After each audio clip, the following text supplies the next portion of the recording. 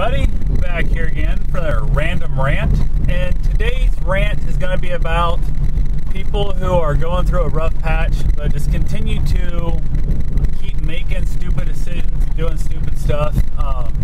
There's a person I have become friends with as of late. She's, I don't know, kind of going through a rough situation. She moved up here to Iowa from out of another state to be with some guy that she met. I don't know how long she knew him. She never really talked about too much. He got himself arrested. They moved into a house together now. And in the process of him getting arrested, of course, he's not paying any bills and that, so she's having trouble making rent.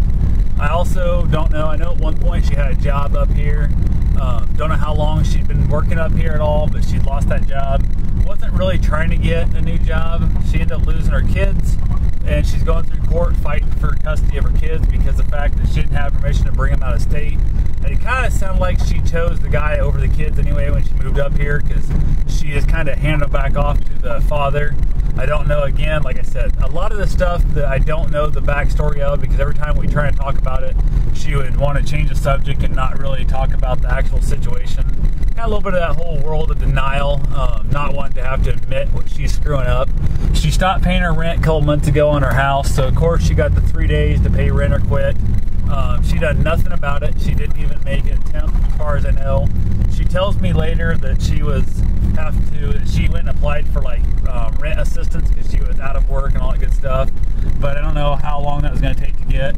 And then she found out that because they sued her in small claims court for the rent and trying to evict her, that the rent assistance was thrown out, so she had to start over that whole process again.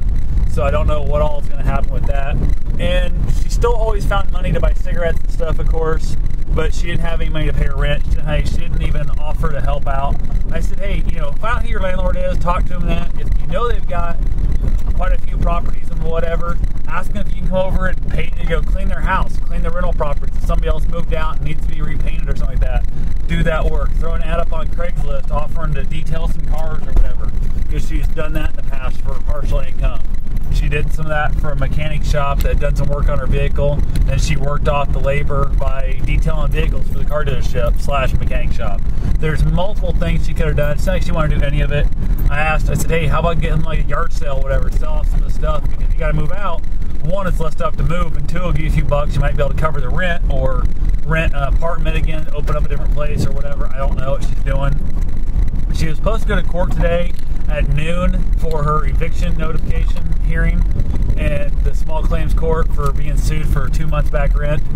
She asked if I'd come over and go with her, and I said, that's, really, she asked me if I wanted to, and I said, well, I never would want to, but I'd be willing to if that's what it takes, to kind of help you out.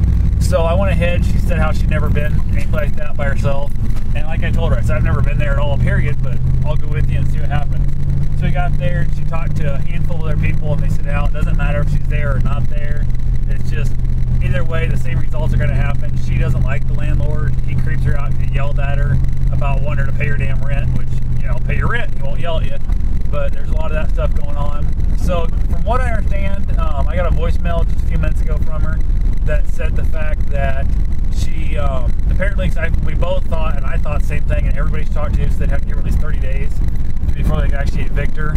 And she claims that she got a call, whatever. Actually, the voicemail said, well, I guess it could have been worse by not going, because they told her she had to be out of her house by 4 o'clock. So I don't know how well it's going to go. Don't know what's happening.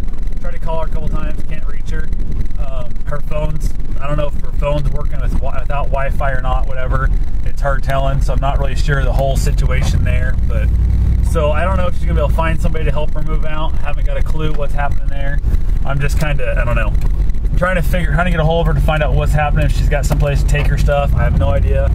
I know she said she could move back into her dad's place for, a week or two if that's what it took, but she was not wanting to do that if she didn't have to, kind of thing. So who knows? I figure I'll go home.